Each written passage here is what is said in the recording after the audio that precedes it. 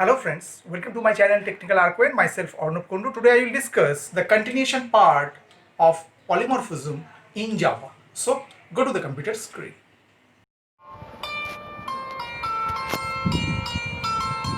Today I will discuss on runtime polymorphism, which is the continuation part of the polymorphism in Java. Okay. So at first we should know what is runtime polymorphism. Actually, the runtime polymorphism is also known as dynamic method dispatcher or dynamic binding or late binding. Okay, and this type of polymorphism is achieved by method overriding. Okay, whenever an object is bound with their functionality at runtime, this is known as runtime polymorphism. Okay, JVM means Java Virtual Machine determines the proper method to call at the runtime, not at compile time. Okay, so at first go for an example. Suppose we take a class and put a name, suppose test, and the modifier should be public.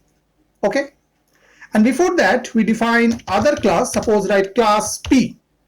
Okay, and suppose put a method here and method name is display. Okay, and simple just write system dot out dot println and just write here method 1. Simple. Okay, and after we take another class, suppose the class name is Q. Okay, and here we extends the parent class P.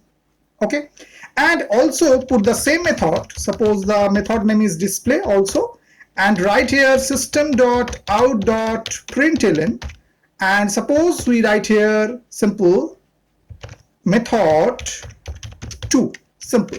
Okay, and now within this class test we are just define the main method public static void main and string array means string args, and now here instantiate of the subclass Q, and suppose the reference variable is B, and just write new and also write Q.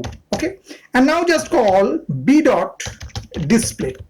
Okay, and if we execute this, so we get method 2 here.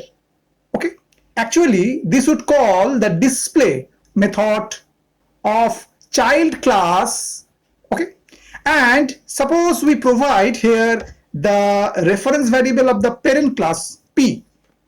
Okay, now if we again execute it, so again same thing, it will call the subclass method display. Why? Because it print method 2 and method 2 is provided within that display. Okay, now if we just create the object of the parent class and the reference variable is also from the parent class, and then we execute that, so then we get method 1 means then we get the output from the method which is provided within the parent class P. Okay, actually when an overridden method is called through a reference of parent class here P, then type of object determines which method is to be executed. Thus this determination is made at runtime, means if we provide the reference variable of the parent class and the object is created from the parent class only, then it will call the method from the parent class. And if the reference variable is from your parent class but the object is from your subclass, then it will call the method of your subclass. Means here if we just again change Q, means here what happened, B is the reference variable of your parent class but the object of the subclass, and in that case if we execute that code, so we get method 2 means then it will just call the method which is present within the subclass. Okay, so this is the example of overriding method, and this is the runtime polymorphism. Okay, I will discuss upcasting. So what is upcasting? If the reference variable of parent class refers to the object of child class, it is known as upcasting. Okay, and according to this image, it shows the reference variable of parent class refers to the object of child class. Okay, and now this example is given where the class A is there and we are extend class A within the class B. So that's why write class B extends A. Okay, and after what happened, we are just write here the reference variable of the class A and we are just instantiate of the subclass. So that's why we write A means the parent class and then the reference variable is A equal new and the subclass object. Okay, and this is the example of upcasting in Java. Okay, for upcasting we can use the reference variable of the class type or and interface type also. Okay, so according to this example here the interface I is given and the class B implements I here. Okay, and now if we just provide the reference variable of I equal and after we are instantiate of the class B, and this is also an example of upcasting in Java. Okay, and here according to the example here the relationship of B class would be B is a I, okay, and B is a object. Actually object is the root class in Java, so we can write B is a object.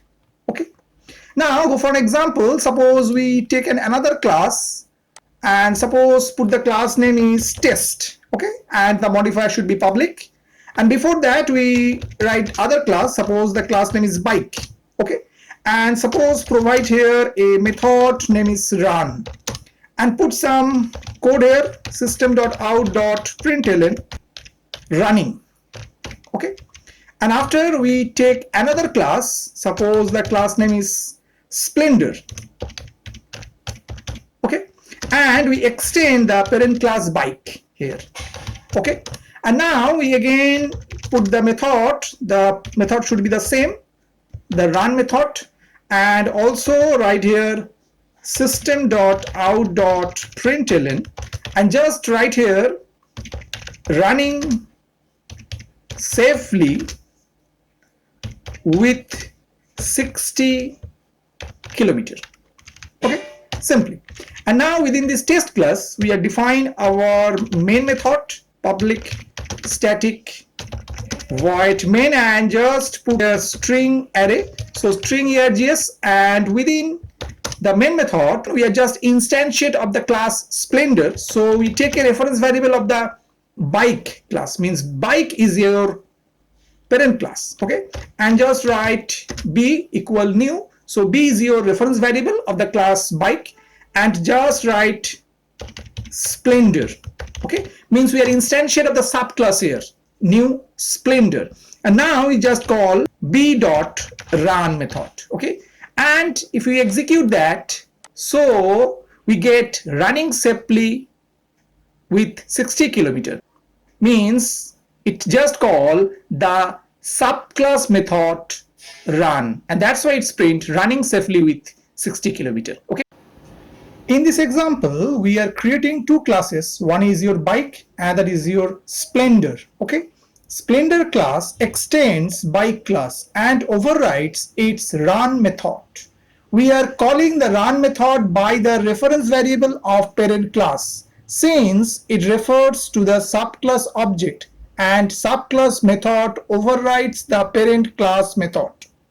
The subclass method is invoked at runtime since method invocation is determined by the JVM, not compiler.